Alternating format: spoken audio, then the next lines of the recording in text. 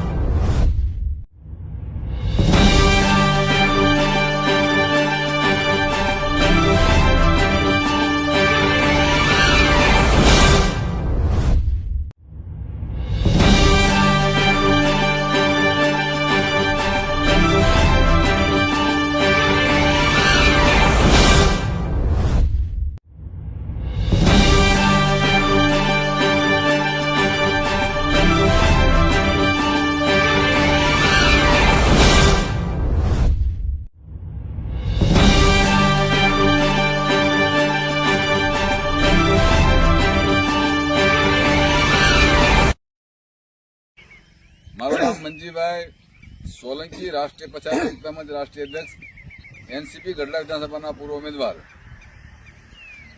આજે છેલ્લા લગભગ 3-4 વર્ષથી અમારા રાષ્ટ્રીય પછાત એકતા મંચના મહામંત્રી શ્રીમાન રતિલાલભાઈ ચૌહાણ દ્વારા તાલુકા પંચાયતમાં, ગ્રામ પંચાયતમાં, જિલ્લા પંચાયતમાં, કલેક્ટરમાં વારંવાર એમના મહામંત્રીના પદના લેટરપેડ માથે એમને વારંવાર રજૂઆત કરેલ હોય કે સમઢિયાળા નંબર 1 ગામની માલિપા દલિત સમાજનું આવેલું સ્મશાનમાં બાવળ દૂર કરી અને જે ભૌતિક સુવિધાઓ જોઈએ એવી કરી આપવામાં આવે તો અમે પણ એક માણસ છીએ, અમે પણ ગામના વતની છીએ કે અમારા ગામની માલિપા મર્યા પછી પણ સ્મશાન એક સાફ હોવું જોઈએ, બાવળા ન હોવા જોઈએ।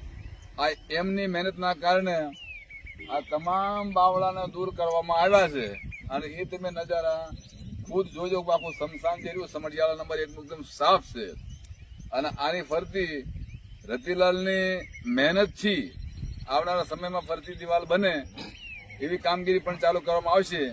પણ જે લોકો ખોટા બિલ બનાવે છે, બીજેપીના માણસો ખોટા જે બિલ બનાવે છે, અમે બાવળા દૂર કર્યા છે અને બિલ મંજૂર કરાવી લે છે, એવું તો અહીં નથી બનતું। આ તો હકીકતમાં તમે જુઓ, મારી પાસે આ બધા બાવળા કાઢેલા પડ્યા છે અને સામે પડ્યા છે। કામ હાચા કરો, હાચા બિલ પાસ કરો, લોકોના નાણાંનો ખોટો વ્યર્થ ન થાય એવું ધ્યાન રાખવું પડે અને રતિલાલ જેવા વ્યક્તિઓ નિડર અને નિષ્ઠાવાન થઈને કામ કરે એવાના સાથ સહકાર આપવો જરૂરી છે।